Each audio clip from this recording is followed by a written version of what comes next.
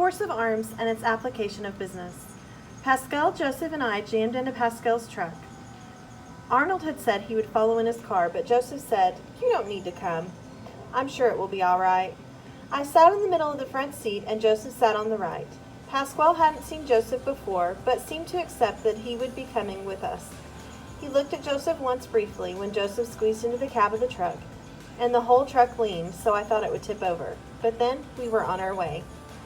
The house where Pasquale's relatives lived was more or less a big box, with a good yard, because they worked on it when they had time off. There were 4 trucks parked in front under the huge elm trees that stood along the street.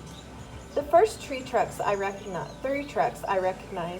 The 4th one was a red pickup angled into the curb, not parked parallel like the others. A man was sitting behind the wheel with the driver's side window open, and the 2 men were leaning against the end of the truck. One of them was pretending to clean his fingernails with a knife. Several of Pasquale's family members were standing around by the door of the house. They seemed a little afraid, maybe, but mostly confused. "The one in the truck is Rock," Pasquale said, stopping. Joseph opened the door and slid out. The truck rose visibly when his weight was gone. He shrugged as if to loosen his shoulders, strode up to the driver's side of the red truck, reached in and grabbed Rock by the neck and pulled him out through the window. Then, holding Rock by the neck and crotch, Joseph power drove him through the window into the truck head first.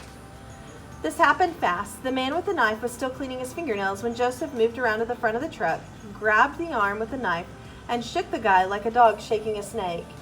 The knife threw through the air, and Joseph picked this man up by the neck and the crotch and threw him into the 3rd man, knocking him sprawling. Then Joseph picked him up, one at a time, and speared one into the passenger's side through the window and the other through the back of the truck. He went back to the driver's side and stood over Rock, who had tried to scramble around but still had one leg hanging out the window. "Don't hurt the boy who's my sponsor," Joseph rumbled, "or any of these people who work with him. If you do, I'll know and I'll come and pinch your head. Do you understand?" "You're crazy," Rock said. "All that matters is that you do not hurt my sponsor or any of the people who work with him. And you do not ask them for money. If you do, I'll know and I'll come and pinch your head. Do you understand?" Yeah, but this isn't over." "That doesn't matter. Only what I said matters. Start your engine and drive away."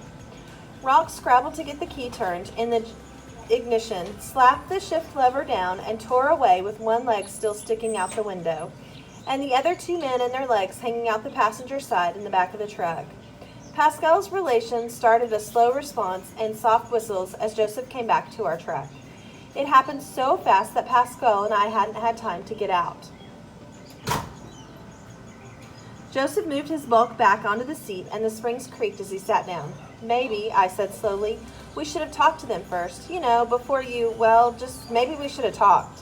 "We did talk," Joseph said, "before we came. They talked and asked for money. Then after I put them in the truck, I talked. Then they drove away. That's the best way. First talk, then handle the problem, then watch them go away." "I'll remember that," I said. Joseph nodded. "Some things are hard to remember, but this one is easy." I nodded. "Still, maybe next time, if there is a next time, we could talk a little longer first." "Maybe," he sighed. "Maybe not. Each time is different."